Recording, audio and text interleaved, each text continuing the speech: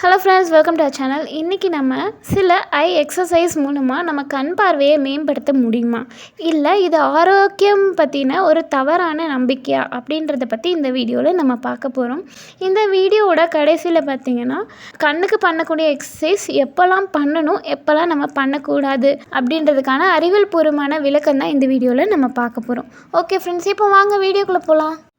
First நம்ம அதிகமாக எல்லோரும் பண்ணிகிட்ருக்க ஐ எக்ஸசைஸ் என்னென்ன அப்படின்னு பார்ப்போம். பாமிங், ஃபோக்கஸ் ஷிஃப்டிங், ஐ ரோலிங், 20-20 ரூல், பென்சில் புஷ்அப் மாதிரியான நிறைய எக்ஸசைஸ் நம்ம பண்ணிகிட்ருக்கோம். ஸோ இந்த எக்ஸசைஸ்லாம் எதுக்கு யூஸ் ஆகுது அப்படின்னு பார்த்திங்கன்னா, நம்ம கண்ணில் இருக்க ஸ்ட்ரெயின் இந்த எக்ஸசைஸ்லாம் பண்ணும்போது கம்மியாகும். ஸோ கண் ரொம்பவே ரிலாக்ஸாக ஆகும். So eye strain, digital strain அதிகமாக இருக்குது, சிஸ்டம் யூஸ் பண்ணுறது அதிகமாக இருக்குன்னா அந்த மாதிரி டைமில் இந்த எக்ஸசைஸ்லாம் பண்ணுவாங்க. ஸோ அப்படி இருக்கவங்களுக்கு ஐ ஸ்ட்ரெயின் கம்மியாகி அவங்களுக்கு ஐ ரிலாக்ஸ் ஆகும். இப்போ இந்த ஐ ரிசர்ச்சர்ஸ்லாம் என்ன சொல்கிறாங்க அப்படின்னு பார்த்தீங்கன்னா, இந்த ஐ எக்ஸசைஸ் பண்ணுறது மூலமாக நம்ம கண்ணில் இருக்க ஸ்ட்ரெயின் நல்லாவே கம்மியாகும்.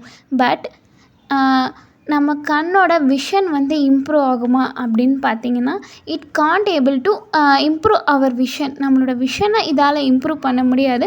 பட் நம்மளோட ஐ ஸ்ட்ரெயினை எந்த அளவுக்கு முடியுமோ அந்த அளவுக்கு நம்ம இந்த எக்ஸசைஸ் மூலமாக கம்மி பண்ண முடியும். பட் இந்த ரிசர்ச்சர்ஸ் என்ன சொல்கிறாங்கன்னா, we can't able to improve our eye vision with it. நம்மளோட ஐ விஷனை இது மூலமாக இம்ப்ரூவ் பண்ண முடியாது. என்ன மாதிரி ப்ராப்ளம்ஸ்ன்னு பார்த்தீங்கன்னா, லைக் மயோப்பியா, அதாவது கிட்ட பார்வையாக இருக்கட்டும், தூர பார்வை லைக் ஹைப்ரோப்பியா அண்ட் ஆஸ்டிக்மேட்டிசம், இது எல்லாத்தையுமே நம்மளால் இந்த எக்ஸசைஸ் மூலமாக ரெக்கவர் பண்ண முடியாது, இம்ப்ரூவ் பண்ண முடியாது. விஷனை இம்ப்ரூவ் பண்ண முடியாது. பட் நம்மளால் நம்மளோட ஐ ஸ்ட்ரெயினை கம்மி பண்ண முடியும். ஸோ ஐயை ரிலாக்ஸ் பண்ண முடியும். சரி, இந்த ஐ எக்ஸசைஸ் யாருக்கெல்லாம் பண்ணலாம் அப்படின்னு பார்த்தீங்கன்னா, அதிகமாக சிஸ்டம் யூசேஜ் பண்ணுறவங்களுக்கு, டிஜிட்டல் ஸ்ட்ரெயின் அதிகமாக இருக்கவங்களுக்கு, அப்புறம் சில்ட்ரன் ஃபோக்கஸிங் இஷ்யூஸ், அதாவது கிட்ட ரொம்ப கஷ்டப்பட்டு பார்க்குறாங்க அப்படின்னா அந்த மாதிரி இருக்க குழந்தைங்களுக்கு, and patients recovering from specific surgery பண்ணியிருக்காங்க, அதுலேருந்து ரெக்கவரி ஆகிட்டு இருக்காங்க அப்படின்னா அந்த மாதிரி இருக்க பேஷண்ட்ஸுக்கு, and those undergoing guided vision therapy, some kind of vision தெரப்பியில் இருக்காங்க அப்படின்னா அவங்களுக்குமே இந்த ஐ எக்ஸசைஸ் ரொம்பவே யூஸ்ஃபுல்லாக இருக்கும். பட் என்ன அப்படின்னு பார்த்தீங்கன்னா, இந்த ஐ எக்ஸசைஸ் நம்மளுக்கு சப்போர்ட்டு தான் கொடுக்குமே தவிர்த்து, இதனால் நம்மளுக்கு கண்ணில் அனட்டாமிக்கல் வைஸாக நம்ம கண்ணோட ஸ்ட்ரக்சரை நம்மளால் இந்த எக்ஸசைஸ் மூலமாக சரி பண்ண முடியாது.